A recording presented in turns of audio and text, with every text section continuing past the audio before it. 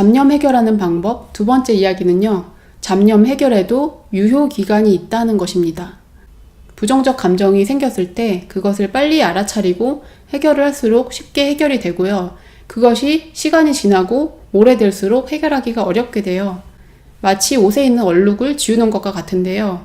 옷에 얼룩이 생겼을 때는 아무리 진한 김치국물이든지 뭐든지 그 즉시 물에다 씻고서 주방세제로 조물조물하면 다 빠져요. 그런데 이게 시간이 지나면 힘들어지죠. 옷에 있는 얼룩이 3일 정도 지나면 굳어져서 그냥은 안 되고 뜨거운 물에 과탄산소다 넣고 1시간 담갔다가 빨래판에 막 비비고 그래야지 겨우 얼룩이 빠지는 거예요. 그런데 만일 얼룩이 1년 지났다, 3년 지났다, 10년 지났다. 그럼 어떻게 돼요? 진짜 오래된 얼룩은 별 방법을 써도 안 빠지는 거예요. 오래된 얼룩일수록 빼기가 힘들고 그냥 포기하고 갖다 버리는 게 나은 경우가 있는 거죠. 부정적 감정은 나도 모르게 올라오거든요. 그것은 무의식에서 올라오는 거니까 컨트롤이 안 돼요. 다만 그것이 올라왔을 때 이것이 무엇이구나 하고 알아차리고서 해결을 해야 되는 거예요. 내가 왜 이런 생각을 하게 됐고 이런 감정이 올라왔는지 그 상황 안에서, 맥락 안에서 다시 재조명을 해보고 바라볼 수 있어야 되는 거예요. 부정적인 감정이 올랐을 때 그것을 알아차림을 해야 되는데 대부분의 경우는 동일시가 되기 때문에 그대로 따라가게 되는 거예요. 가장 중요한 것은 나의 생각, 감정 이런 것들을 나와 분리를 시키는 거예요. 분리를 시키려면 알아차려야지 가능한 거죠. 제가 예를 들어 보면 주말에 남편이 방에서 계속 게임을 하고 있어요. 그러면 제 생각에는 화가 나고 한심하다는 생각이 올라와요. 그때 알아차림을 하지 못하면 그 생각에 계속 묻어가는 것인데요. 그때 제가 관찰자 입장이 돼서 그 생각을 바라보는 거죠. 그 생각에다 이름을 붙여주는 거예요. 남편이 한심해 보인다는 생각이라는 이름표를 붙여주는 거예요. 그러면 그것은 하나의 생각이라는 덩어리이지 내가 아니라는 거예요. 내가 그 생각을 한 것이지 그건 내가 아니에요.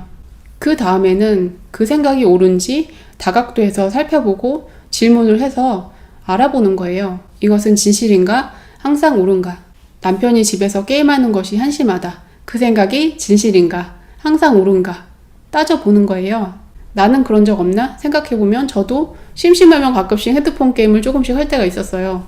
나도 그런 적 있는데 그럴 수도 있지 라는 생각이 또 들고요. 어떤 사람은 남편이 술 먹고 늦게 들어와서 고민이라던데 그것보다는 집에서 게임하는 게 낫지 않나? 그런 생각도 들고요. 저 사람은 중학교 때부터 저렇게 집에서 게임하던 사람인데 원래 그런 사람이지? 이런 생각도 들고요. 이렇게 다양한 각도에서 바라보면 나의 생각이 꼭 그렇지만 않구나 라는 것을 알 수 있게 돼요. 나의 입장에서만 바라보는 것을 그 사람의 입장에서 바라볼 수도 있고 나는 그런 적이 없었는지 나의 과거 경험을 들여다볼 수도 있고 다양한 모습으로 관찰을 할 수가 있어요. 나의 생각, 감정이 망상이구나 라는 것을 알아차리는 것은 내가 이 상황 속에서 바라볼 수 있기 때문에 이 상황을 재조명할 수가 있는 거예요. 그런데 오랜 시간이 지나버리면 이 상황 자체가 기억이 안 나기 때문에 단지 내가 기분 나빴던 생각, 그것만 남아있는 거예요. 그래서 시간이 지날수록 그것을 해결하기가 더 힘들게 되는 거예요. 경찰이 범죄 수사를 하는데 시간이 지나면 증거가 많이 훼손되고 범죄를 입증하기가 힘들어지게 되죠.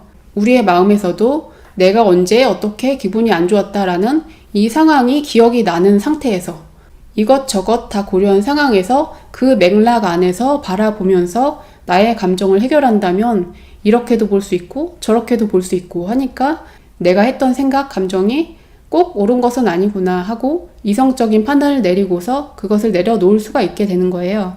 시간이 지나면 이 전체적인 상황, 맥락이 기억이 안 나기 때문에 그냥 저 사람은 나쁜 사람, 나를 힘들게 했어. 요것만 남아있는 거예요.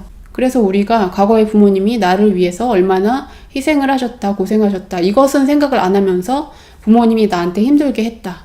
내가 정말 힘들었다. 이 생각만 가지고 있는 거예요. 우리가 잡념을 해결하는 것은 잡념이 올라오자마자 해결하는 것이 가장 좋고요. 또는 그날 잠들기 전에 하루를 정리해 보면서 해결하는 것이 좋아요. 잠들기 전에 그 하루를 돌아보면서 해결을 해야 되는데 하루가 넘어가게 되면 그 다음날은 또 다른 일과가 있거든요. 그럼 복잡해지고 계속 쌓이게 되는 거죠. 그래서 잠들기 전에 하루를 돌아보고 일기를 쓰든지 명상을 하든지 나의 감정에 쌓인 문제들을 해결을 하고서 잠드는 것이 정말 중요해요. 그것이 우리 마음 공부에 있어서 반드시 하셔야 되는 사항이에요. 오래된 문제일수록 해결하기 어렵다는 것이 어린 시절의 기억이 특히 그렇거든요. 왜냐하면 어렸을 때는 이성적으로 판단하는 능력이 개발이 안 되어 있어요. 뇌과학으로 보면 어린아이들의 뇌파가 전혀 다르다고 해요. 만 6세 이전에는 알파파가 없고 세타파가 주로 지배를 한대요. 세타파라는 것은 우리가 렘수면을 할 때, 꿈을 꿀 때 나오는 뇌파거든요. 어린아이들은 꿈꾸는 것 같은 상태에 있다는 거예요. 그 상태에서는 논리적이고 이성적인 사고가 되는 게 아니고 단지 감정에 의해서 있는 그대로 표출이 된다는 거예요. 3살이나 4살짜리 아이한테 논리적으로 뭘 설득한다는 건 힘들어요. 저희 막내가 오늘 아침에 아이스크림을 사달라고 하는 거예요. 그래서 안 사줬더니 어린이집 가는 동안에 계속 울면서 때를 쓰고 그랬어요. 7살, 8살 이 정도 되면 논리적으로 설득이 돼요. 지금은 아침이니까 이따 오후에 사줄게. 이따가 먹자. 그렇게 얘기하면 알아듣는 거예요. 엄마가 이유가 있어서 그렇구나. 좀 기다려야지. 이런 생각을 할 수가 있는 거예요. 그런데 4살짜리 아이가 느끼기에는 내가 아이스크림 먹고 싶은데 엄마가 내가 원하는 걸 안 해줬다. 엄마가 나를 미워하나 보다. 어떻게 그럴 수가 있지 하는 서러운 마음이 들고 화가 나면서 우는 거죠. 유아기의 뇌파는 세타파이기 때문에 자기 스스로 사고작용을 통해서 학습을 하는 게 아니고 주변의 것을 보고서 있는 그대로 스펀지처럼 빨아들인다는 거예요.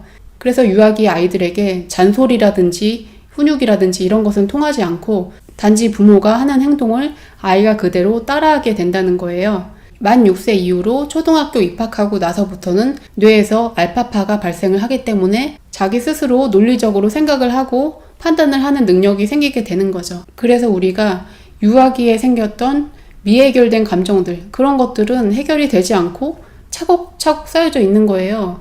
제가 아이한테 아이스크림 안 사주고 아이가 울었을 때 그런 감정들이 해결이 안 되고 계속 다 쌓여 있는 거죠. 그리고 그 아이 같은 모습이 평생 없어지지가 않고 우리 마음 어딘가에 계속 남아 있어요. 우리의 감정이라는 것은 항상 4살, 5살 아이 수준에서 머무르고 있고 나의 마음속엔 어린아이가 항상 살고 있는 것이죠. 감정이라는 것 자체는 억압하거나 설득하거나 이런 것으로 해결이 안 되는 거예요. 감정을 있는 그대로 인정을 해주면서 동시에 이성적인 시각에서 그 사건에 대해서 다시 바라볼 수가 있는 거예요. 이성으로서 이것이 옳은 거야 하고 감정을 억누르라는 뜻이 아니고요. 나의 이성적인 시각으로서 새롭게 바라볼 수가 있다는 거죠. 예를 들면 제가 어렸을 때 아버지가 제가 딸이라는 이유로 아들과 딸을 차별을 하고 딸들은 좀 우습게 알고 일만 시키고 이렇게 키웠거든요. 그래서 아버지에 대한 원망이 남아 있었는데 아버지 입장에서 바라본다면 그 사람이 아는 세계관이 그렇기 때문에 그럴 수도 있겠구나. 아들이 중요하고 딸은 중요하지 않다. 그런 옛날 사고방식에 묶여 있었던 사람이기 때문에 그렇게 할 수밖에 없었겠구나. 어쩔 수 없는 일일 수도 있겠구나. 그렇게 이성적으로 바라보고 나니까 나의 마음이 조금 편안해지는 거죠. 사람 안에는 감정이 있지만 감정을 있는 그대로 인정을 해줌과 동시에 이성적으로서 다양한 각도에서 바라본다면 내가 했던 생각이 반드시 옳은 것은 아니구나. 그것은 고정관념일 수도 있구나. 나는 기분 나쁘게 느꼈지만 이 사람 입장에서는 기분 나쁘게 하려고 그런 게 아닐 수도 있었겠구나. 이 사람은 어쩔 수 없이 그런 면도 있었겠구나. 그렇게 바라볼 수가 있는 거죠. 그 전체적인 맥락을 봤을 때 그렇구나 하고 나의 감정을 내려놓을 수 있는 힘이 생기게 되는 거예요.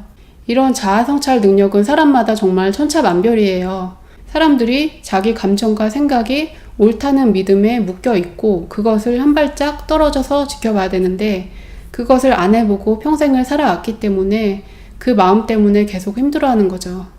저희 어머니는 70대이신데도 오래전에 어렸을 때 자기를 학대했던 양부모에 대한 원망, 그리고 돌아가신 저희 아버지에 대한 원망, 이런 것들을 계속 품고 괴로워하고 사시는 거예요.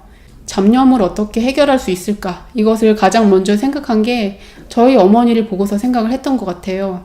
제가 어렸을 때부터 어머니를 보면서 계속 옛날 얘기 곱씹으면서 안 좋은 기억하고 그런 모습 보면서 지금은 지금이고 과거는 지나가는데 왜 옛날 기억하면서 그렇게 힘들어야 하는지 어머니를 보면서 참 안타깝고 답답했던 기억이 있어요.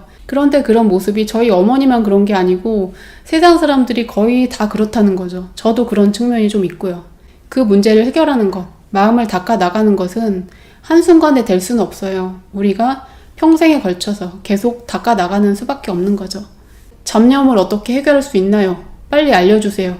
그것은 제가 알려드려도 여러분이 실천을 하느냐에 따라서 다른 거죠. 다이어트 하려면 소식을 하고 운동을 하면 살은 빠지죠. 그런데 실천을 못하는 거죠. 잡념을 해결하는 것도 마찬가지예요. 그 문제가 올라왔을 때 성찰하고 바라볼 줄 알아야 되는데 그런 습관이 들지 않으면 그냥 에고의 마음 그대로 나의 감정과 생각은 항상 옳아.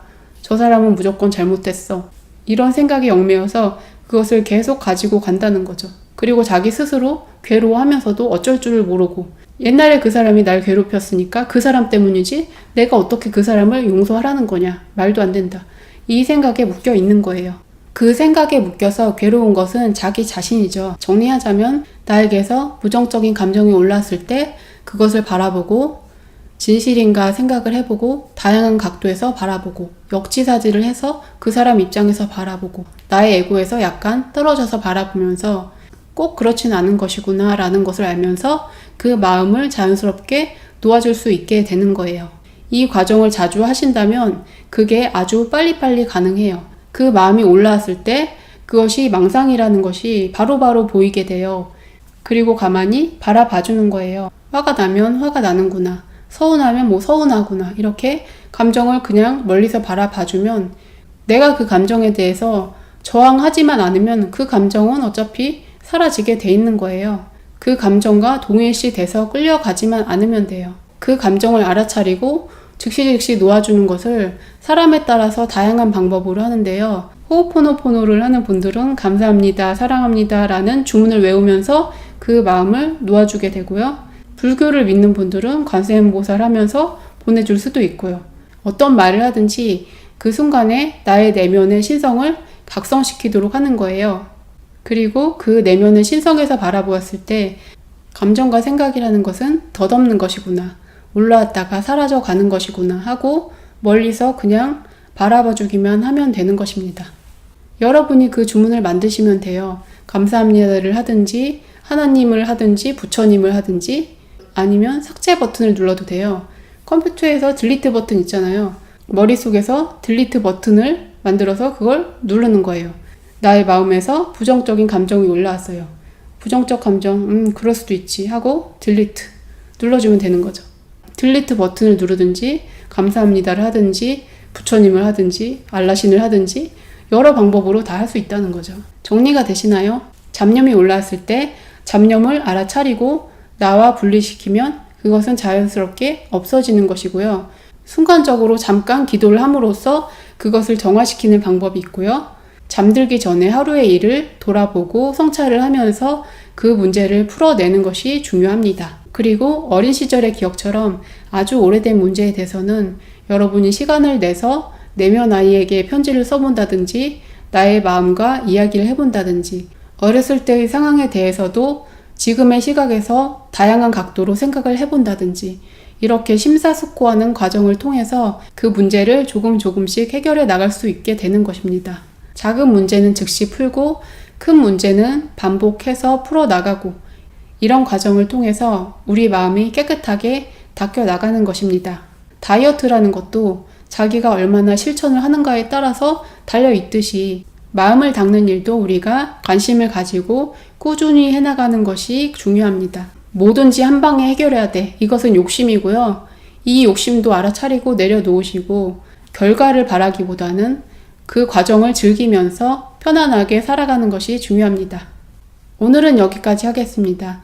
오늘도 깨어있는 하루 보내세요. 감사합니다.